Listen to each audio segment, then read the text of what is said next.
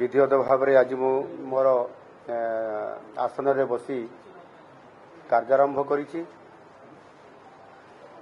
भौतिक प्रगति सह सांस्कृतिक प्रगति को आम सरकार प्राथमिकता दिज्व ओडिया अस्मितार प्रतिष्ठा अभिवृद्धि संरक्षण और प्रसार को गुरुत्व दिज्व तीनोटी एकाडेमी तथा साहित्य संगीत नाटक और ललित कला एकाडेमी पुनर्गठन और कार्यक्षमता वृद्धि पर पदक्षेप नियाजिवो।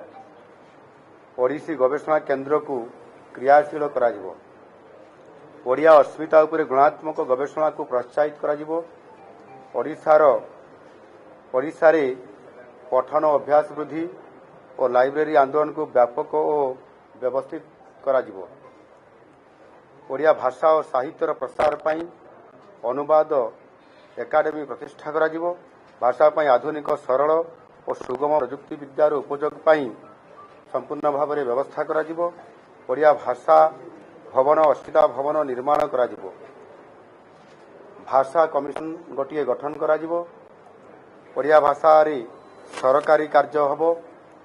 सरकारी स्तर में ओडिया भाषार व्यवहार को व्यापक करने को आवश्यक पड़े सरकारी भाषा आईन रे संशोधन अणाजिवो।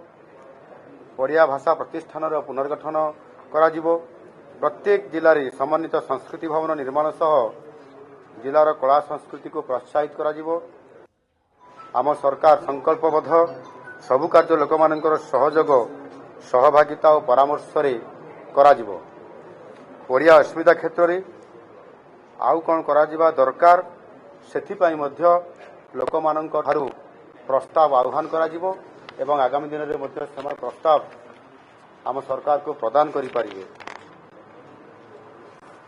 एहा सहित राज्यर परिचालना राज्य भाषा ओडिया रे ही हेबो। एथि निमंते प्रणीत सरकारी भाषा आईन को अक्षरे अक्षरे पालन कराजिवो। दरकार पड़े एथिरे आवश्यक संशोधन करी आईन को आहुरी सशक्त कराजिवो।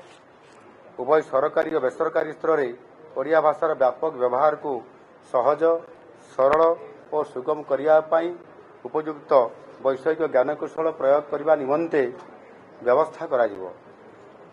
मुख्यमंत्री भावे मो पाखरे उपस्थापित समस्त नथी ओडिया रे करने को मो निर्देश दूची। धन्यवाद।